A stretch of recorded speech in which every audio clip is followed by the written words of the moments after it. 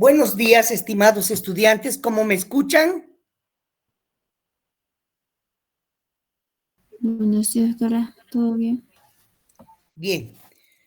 El día de hoy vamos a dar inicio a lo que son nuestras clases de inmunología, que de acuerdo a lo que se ha estipulado en Consejo Facultativo y en otras carreras también de la Universidad Mayor de San Simón, se ha acordado que las clases teóricas sigan siendo en modalidad híbrida, o sea, virtuales, y la práctica vamos a tener clases presenciales. Para los que no me conocen, pero que creo que ninguno me deje de conocerme porque han pasado ya conmigo parasitología en el tercer año, tenemos para este año materias conmigo como la de inmunología y de microbiología también en el cuarto año. Entonces, para la materia de inmunología tenemos algunas bases que sentar en este primer día de clases. La parte teórica ha de estar avalada por 3 exámenes parciales, que quiero hacerles notar que estas son las bases en las que existe la materia. Además de esos 3 exámenes parciales, voy a tomar muy en cuenta los trabajos de investigación bibliográfica. Vamos a tener en este año, yo me imagino, tal vez una monografía o temas de participación en clases. Para la parte práctica, vamos a realizarla el 100% de manera asistencial en el laboratorio de la facultad. Lo que sí es que quizás en esta semana todavía y la siguiente no tengamos las prácticas por el hecho de que recién vamos a dar los exámenes de primera mesa. Tenemos ya planificados para toda la siguiente semana los exámenes de primera mesa y segunda mesa, la subsiguiente. Entonces, cuando ya tengamos las listas completas, en el momento todavía no están las listas, vamos a iniciar nuestras prácticas de laboratorio que tienen que contar necesariamente con el 100% de asistencia. Ya saben que al laboratorio tienen, para que ya vayan alistando todo su material, deben venir con una bata o mandil de laboratorio, traer sus para reportes de laboratorio, una libretita pequeña que pueda caber en uno de sus bolsillos para tomar los apuntes. No pueden venir con un cuaderno grande, ni mucho menos, ¿no es cierto? Porque es incómodo. Entonces, en cuanto a ese respecto, yo en el mismo día que iniciemos las clases o las prácticas o en estos días, vamos a ver qué otros requisitos necesitamos para la práctica de laboratorio. Mientras tanto, vamos a ir recopilando la información bibliográfica para cada uno de nosotros y para cada uno de nuestros temas. Yo voy a irle subiendo al WhatsApp las presentaciones virtuales de cada tema. Sin embargo, eso no es todo. Deben contar con una bibliografía adecuada. La bibliografía adecuada es un libro base conocido como, por ejemplo, Inmunología de Rojas, que es nuestro libro base. También tenemos otros como Inmunología Clínica y muchos otros, pero la principal vamos a comenzar. Acá está. Este es el libro que voy a exigir como libro de base. El Inmunología de autor, el autor es William Rojas y la editorial es Panamericana. Este libro, en su última versión, lo pueden conseguir a veces en la puerta de la Facultad de Medicina o en su defecto en la calle Prolongación Calama, donde está localizada la Facultad de Economía, ¿no es cierto? Ahí tenemos donde venden los libros, ahí están. Entonces, este es el libro que tienen que conseguir. También podemos tener como biblioteca de referencia Inmunología Básica y Clínica del autor Stites en el editorial Manual Moderno. También nos sirve muchísimo y existe en la biblioteca de la facultad Inmunología del autor Iván Reut y de la editorial Mason Salvat. También tenemos inmunología celular y molecular del autor Abul Cabas, de la editorial Interamericana, y tenemos también inmunobiología en su cuarta edición de Capra. No sé si existe en la universidad y en la facultad, pero el resto como los vamos a utilizar como libros de consulta para hacer trabajos, etcétera, etcétera. También podemos acudir a la web, a sitios web de interés, a revistas de interés científicas, pero solamente para los temas de monografías o de trabajos extras. Bien.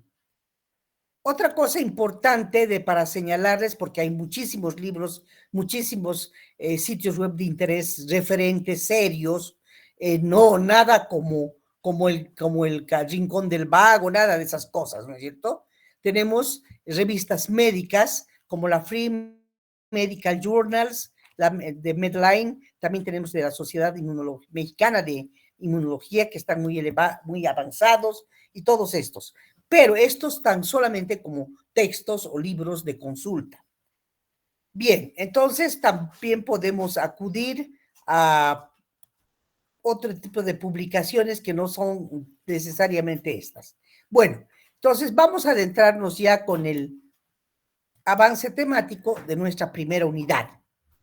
La primera unidad, que ya la vamos a comenzar el día de hoy, nos va a hablar acerca de lo que es la importancia de la inmunología y qué es esta materia. Vamos a aprender a describir cómo ha evolucionado la inmunología hoy como una ciencia decollante que se encuentra tan avanzada y a la que nosotros hacemos alusión todo el tiempo.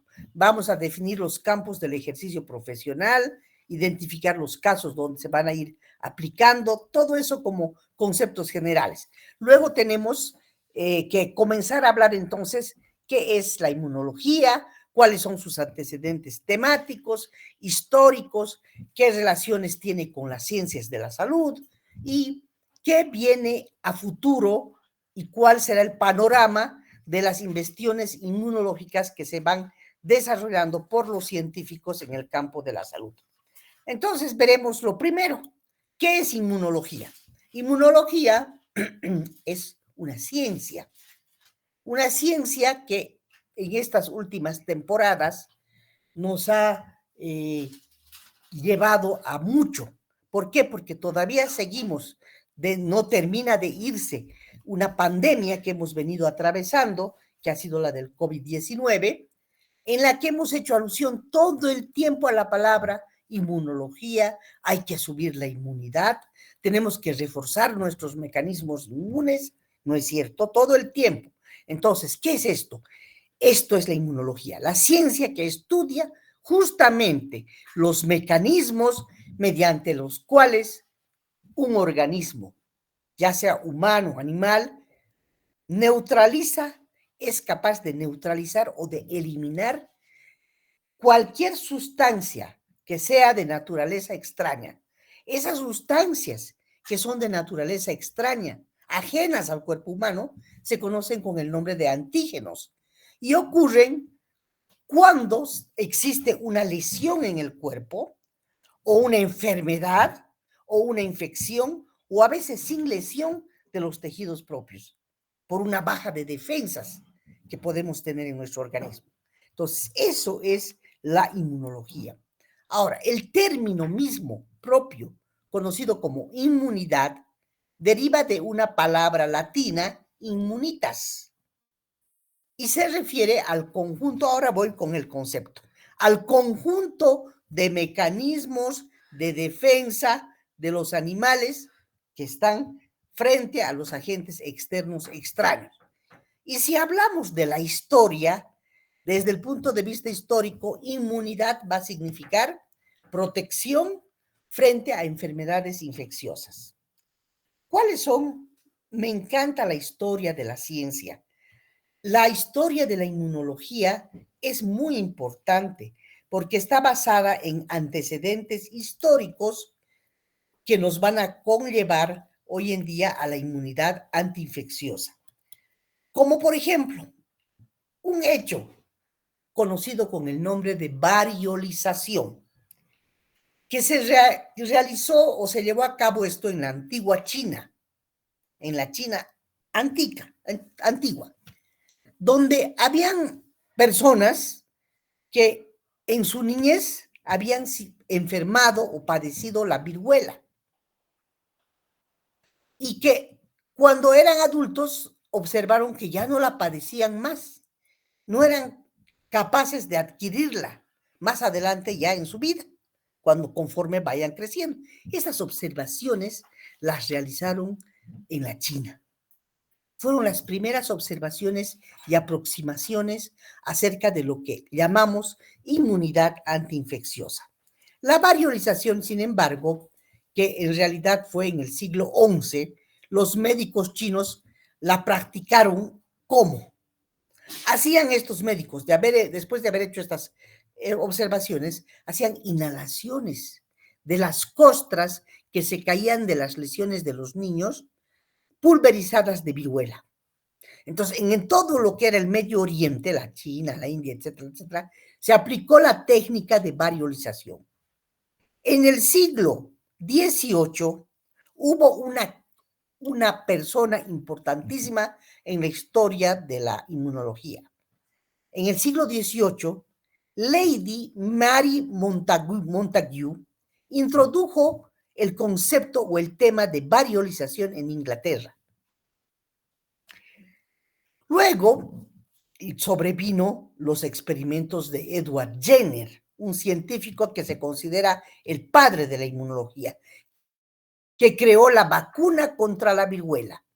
Con todo esto, acá tenemos algunas fotografías de cómo se venía realizando en la antigua China la inhalación del polvo de escaras de viruelas por las personas para que aman a modo de vacuna, pero ellos no sabían, simplemente inhalaban un poco de este polvo para protegerse.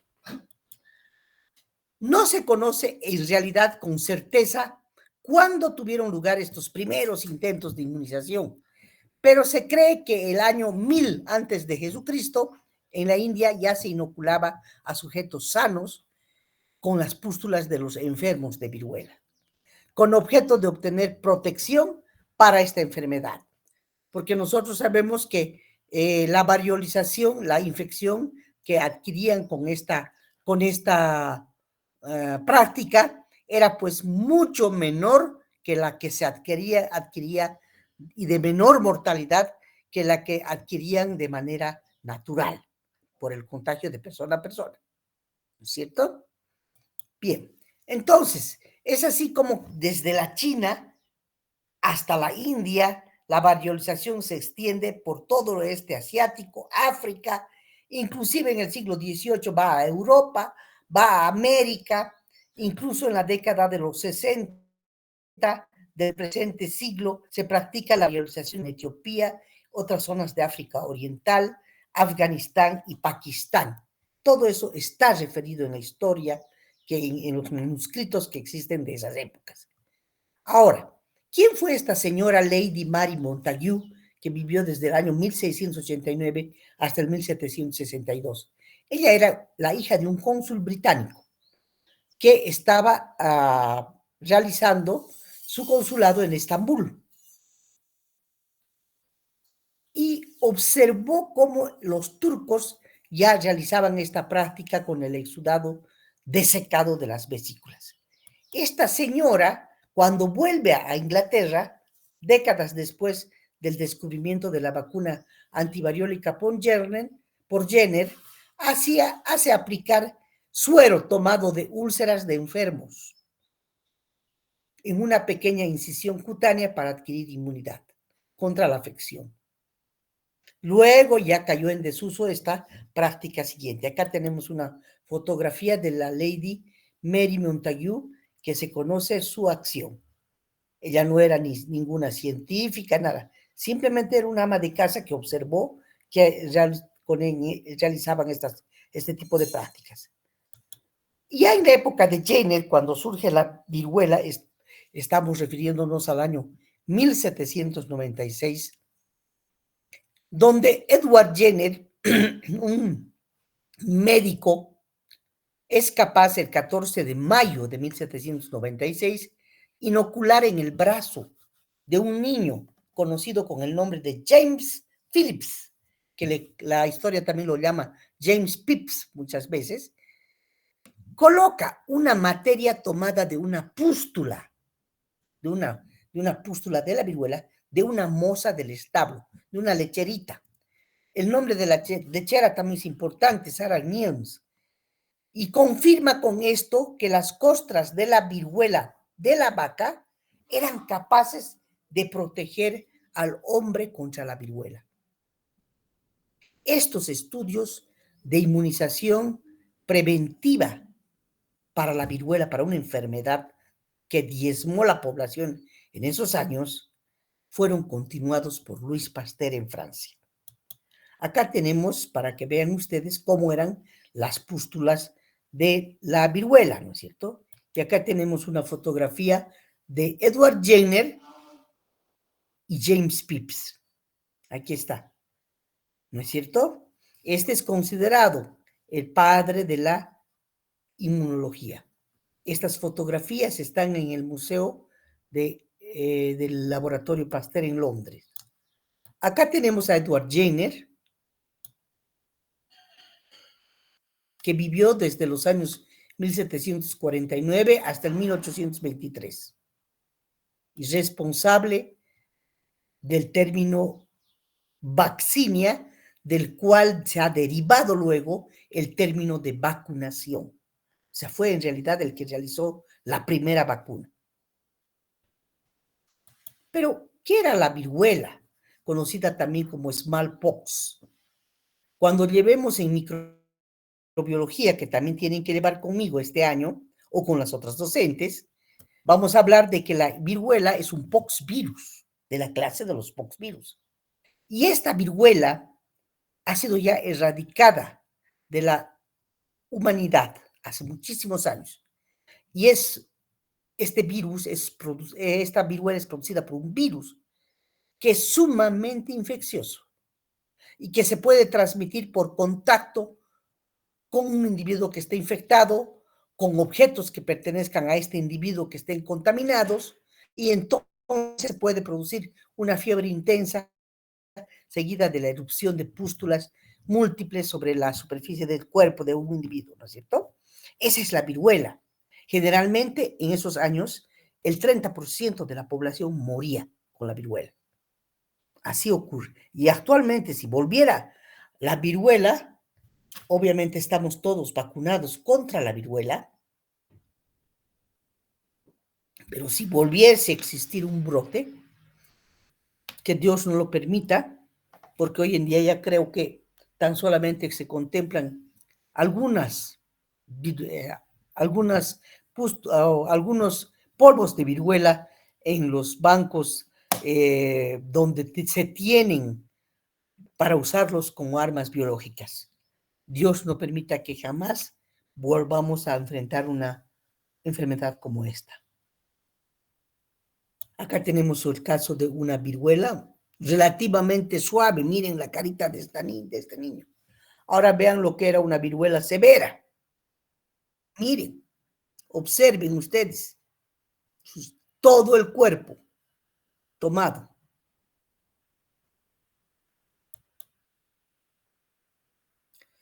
Y aquí, uno de los últimos casos de viruela. Ali Malin, el 22 de octubre del año 1977, antes del 2000, contrajo la viruela. Luego, eso les cuento como alusivo a la viruela. ¿Quién fue Louis Pasteur? Louis Pasteur, el que continúa las investigaciones, fue una persona que continúa, un científico, todos esos estudios preventivos de Jenner, de la vacuna, ha desarrollado técnicas para el cultivo de microorganismos como el Vibrio cólera, Bacillus anthracis, como la rabia, vacunas atenuadas, los microorganismos. Una de las aportaciones más importantes de Pasteur es que él descubre que cuando los microorganismos eran calentados, mediante el calor o en cultivos prolongados, estos microorganismos tendían a bajar su potencialidad infecciosa y luego eran inoculados en animales de experimentación y poco a poco se iban haciendo resistentes a las enfermedades. Entonces, todas esas observaciones fueron importantes para el advenimiento de las vacunas. Luego, ya en el año 1885, Pasteur justamente desarrolló la vacuna de la rabia. Joseph Meissler fue mordido por un perro y se desarrolló o se preparó una vacuna con cordones secos de la médula espinal del perro. También se considera que la época de Pasteur fue la época de oro de la inmunología. Ahí está Louis Pasteur en su laboratorio. Hasta ahora, el Instituto Pasteur en Francia es uno de los más grandes del mundo y pionero en todo lo que ha sido estas ramas iniciales de microbiología, virología, inmunología. Acá tenemos algunos periódicos de la época que revelaban, imagínense, cómo las características de Louis Pasteur o quién era Louis Pasteur. Luego viene Robert Koch, un discípulo de Pasteur. Robert Koch, en el año ya 1880, también descubre muchas causas de enfermedades infecciosas, descubre el bacilo de la tuberculosis, descubre el fenómeno de hipersensibilidad tardía, un fenómeno que hace que la inmunología, o dice que la inmunología no solo es capaz de proteger, sino que cuando se manifiesta a veces puede dañar algunos tejidos, puede haber una lesión tisular, y a eso se llama como hipersensibilidad tardía. Entonces, hay conceptos muy importantes que cuando vayamos adentrándonos en los temas, los vamos a ir aprendiendo.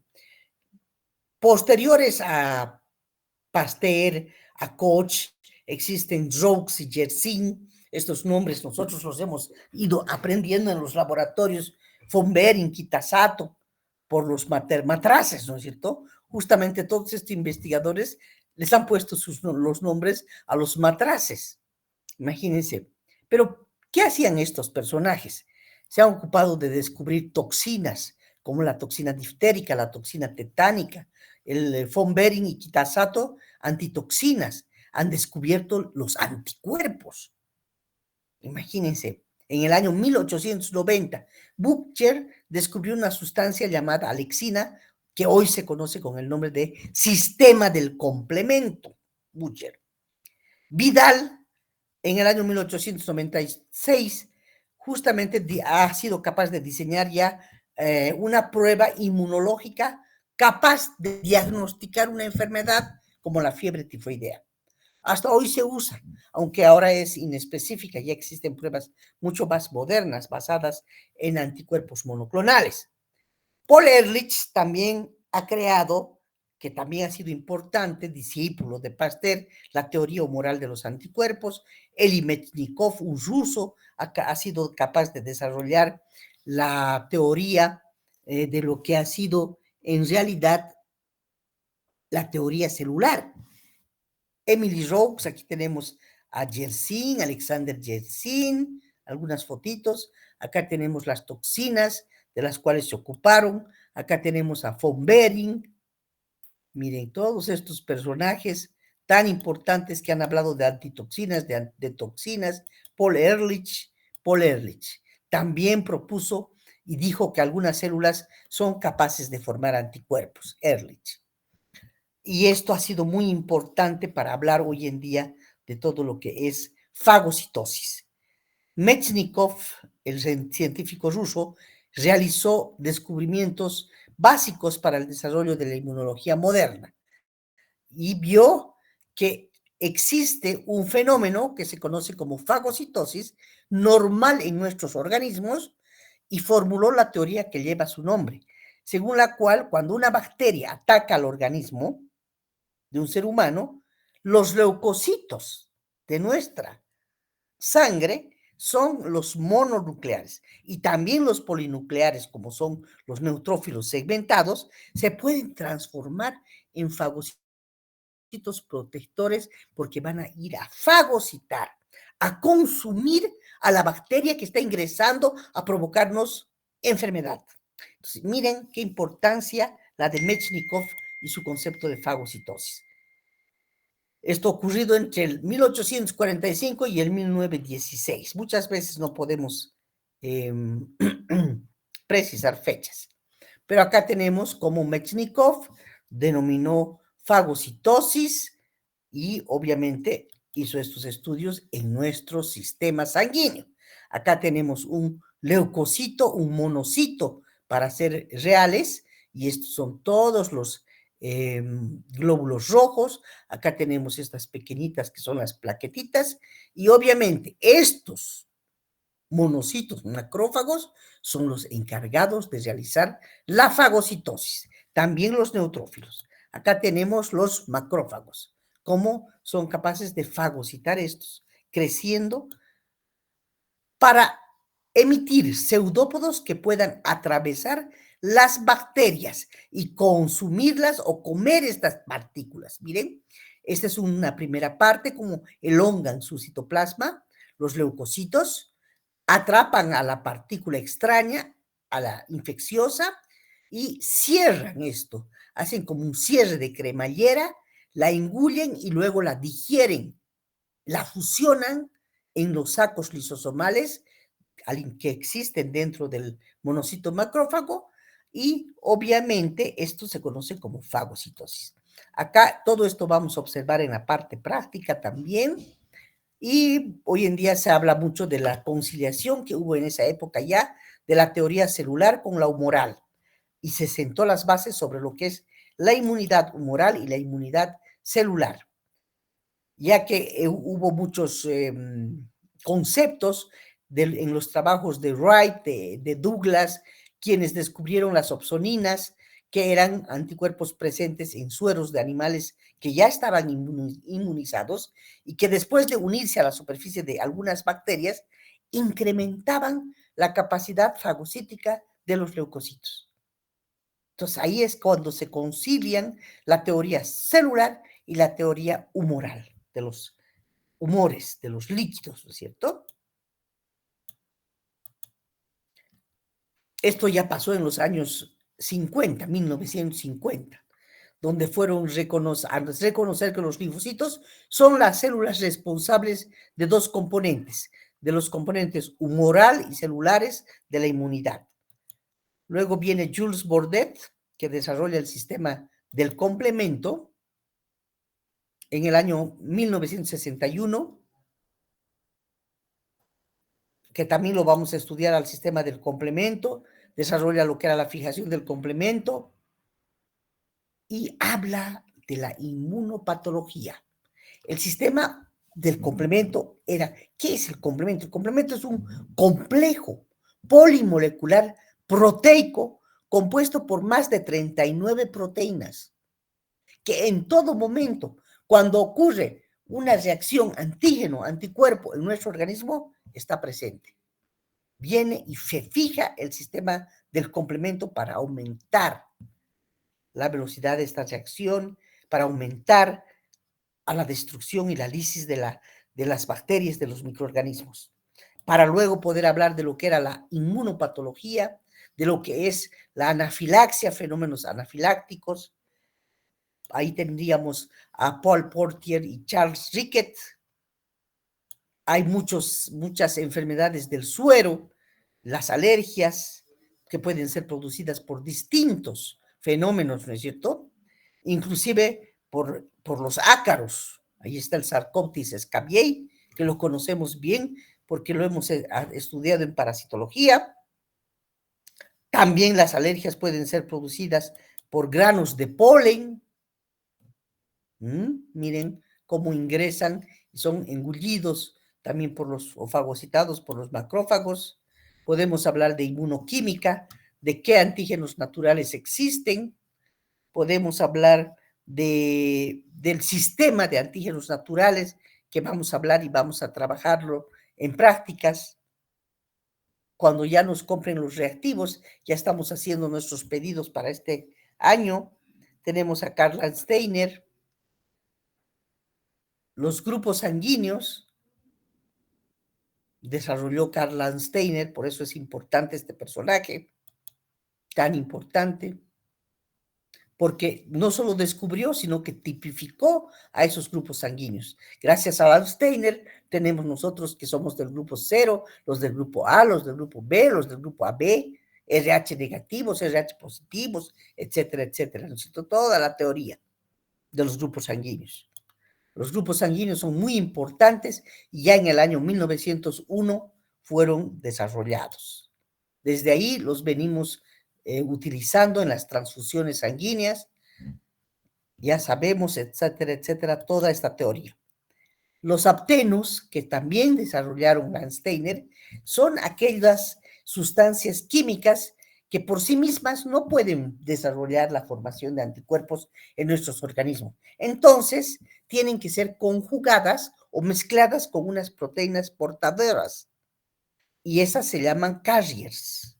Acá, por ejemplo, observen ustedes, tenemos un hapteno por sí solo no puede provocar, pero si se une a un carrier, a una proteína portadora, puede producir enfermedad o puede producir sumisión. También tenemos que en el desarrollo de lo que han sido la inmunoquímica y los anticuerpos han tenido mucho que ver Heidelberg, Kendall, Tiselius, Porter, Edelman, graficando toda la estructura de las inmunoglobulinas. Esta es la estructura de una inmunoglobulina básica. Todas las inmunoglobulinas básicamente tienen esta estructura.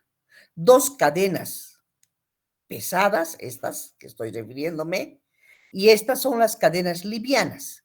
Aquí tenemos la inmunoglobulina G, la inmunoglobulina D, la inmunoglobulina E, la inmunoglobulina A, todas, y la inmunoglobulina M, comparten básicamente esta estructura, solo que algunas tienen dos de estas estructuras, como la inmunoglobulina A, otras tienen 5, que son pentaméricas, como la M, pero la estructura básica es esta. Entonces, todo esto es lo que vamos a estudiar este año. ¿Y para qué sirven esas inmunoglobulinas?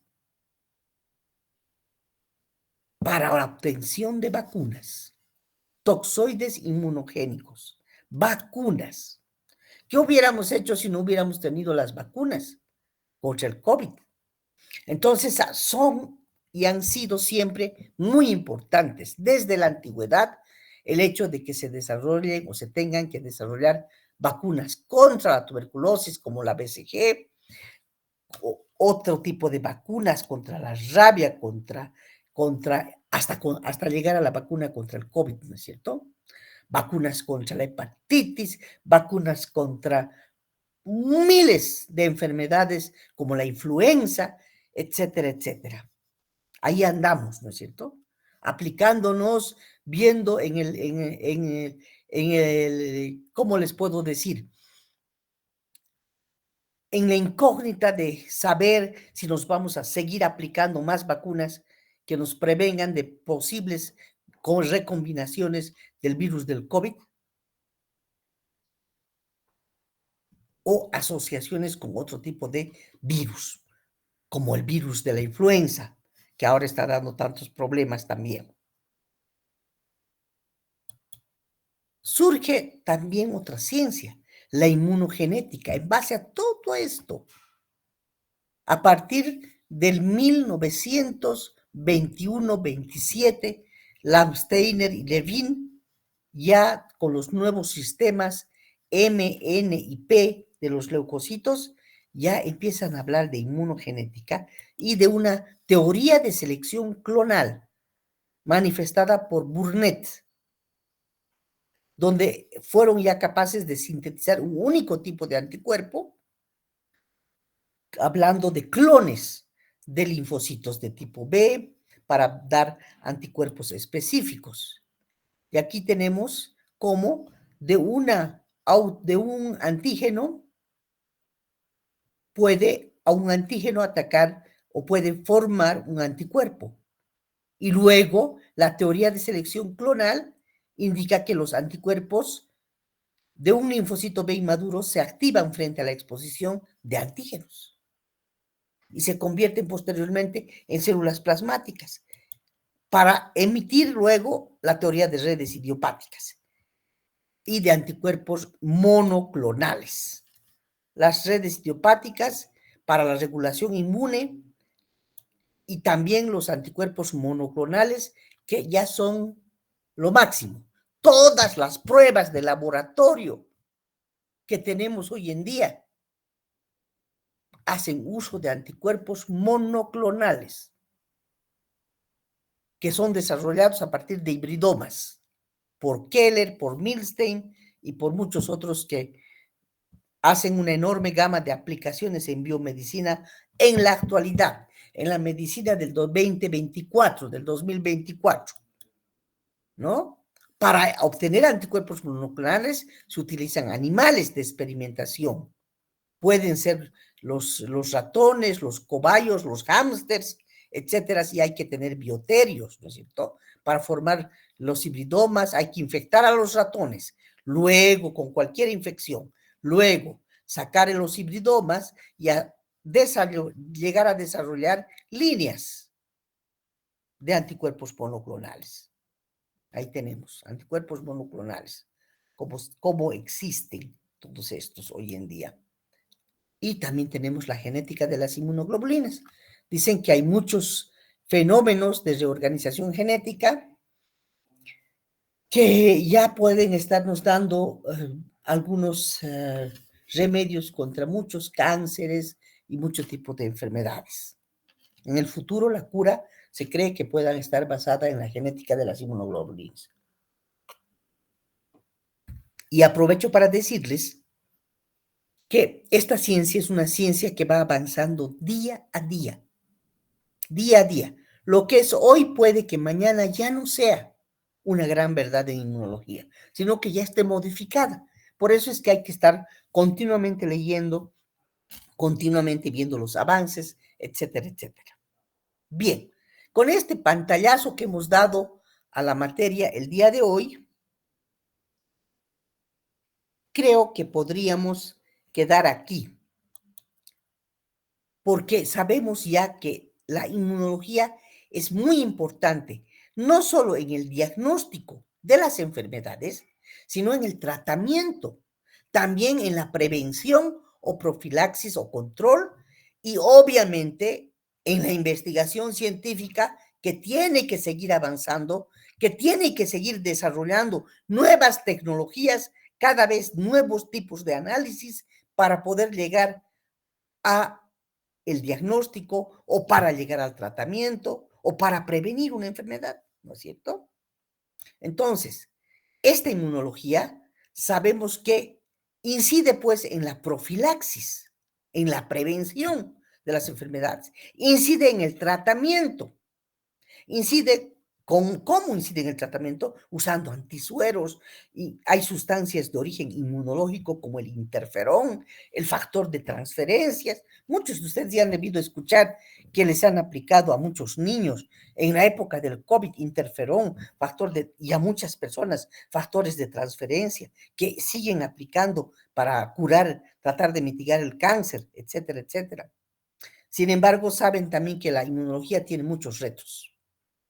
Pese al avance tecnológico, pese al desarrollo conseguido en últimos años, existe mucho por decir, mucho por avanzar. Y yo quiero pedirles, quiero rogarles que en esta materia van a encontrar muchos términos que no van a entender, muchas palabras que no las van a entender. Entonces tienen que acudir a los mataburros, a los diccionarios médicos y ir anotando o a sus libros o a su libro básico. Para ello voy a pedir que construyan un glosario de términos. Por ejemplo, miren el ejemplo de glosario. Interferón ponen. Tienen que aprender cuál es el concepto. ¿Qué será? Será una sustancia sintetizada por células infectadas por virus y células T helper y actualmente es utilizado para controlar infecciones virales como el SIDA, la hepatitis, etc. ¿Qué es un factor de transferencia? Lo anotan y inmediatamente escriben lo que es. Mezcla de componentes elaborados por células T. ¿Qué es un antisuero? lo anotan y comienzan a decir su significado. ¿De dónde van a sacar? Ahí tienen la literatura, la bibliografía, tienen los diccionarios, etcétera, etcétera. Para la siguiente clase de inmunología, todos los alumnos que han estado presentes en la clase del día de hoy van a traer 10 términos que no hayan entendido de palabras. Si no han entendido anticuerpo, lo escriben. Si no han entendido linfocito, escriben su significado. Lo que ustedes quieran, pero que haya estado comprendido en el tema de hoy. Bien, eso como tarea para la siguiente clase. Y voy a recogerla con su nombre. Van a traer. Y lo van a ir haciendo el glosario durante todo el año, porque siempre va a haber algo que no hayan entendido. Bien, si quieren consultas, preguntas, por favor, alusivas al tema, pregunten, por favor.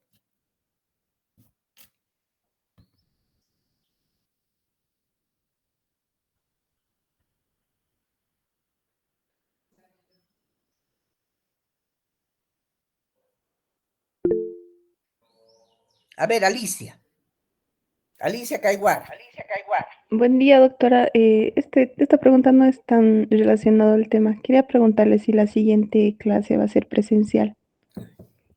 No, no va a ser presencial, pero voy a pedir, por favor, que en los horarios de prácticas, como ya tenemos que ir dando inicio a la práctica también de a poco, viendo qué cosas me puedan dejar en el laboratorio de inmunología sus tareas. ¿Sí? Yo voy a estar en la facultad a partir de las 9 de la mañana. No exijo la tarea para el día de hoy, pero para la siguiente clase, que será el próximo martes, como hoy, puedan traer. Mientras tanto, por favor, vamos a dar todos los exámenes de primera mesa, de segunda mesa, y ya arrancamos con la práctica. Hasta mientras, espero que nos compren ya los reactivos para dar inicio a nuestras prácticas. Bien. ¿Alguna otra pregunta más?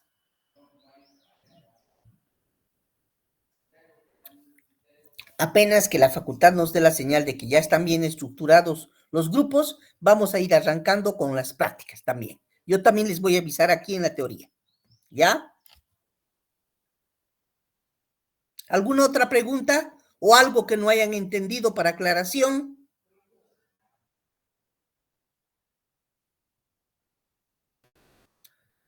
Si no hay nada, entonces vamos a quedar aquí.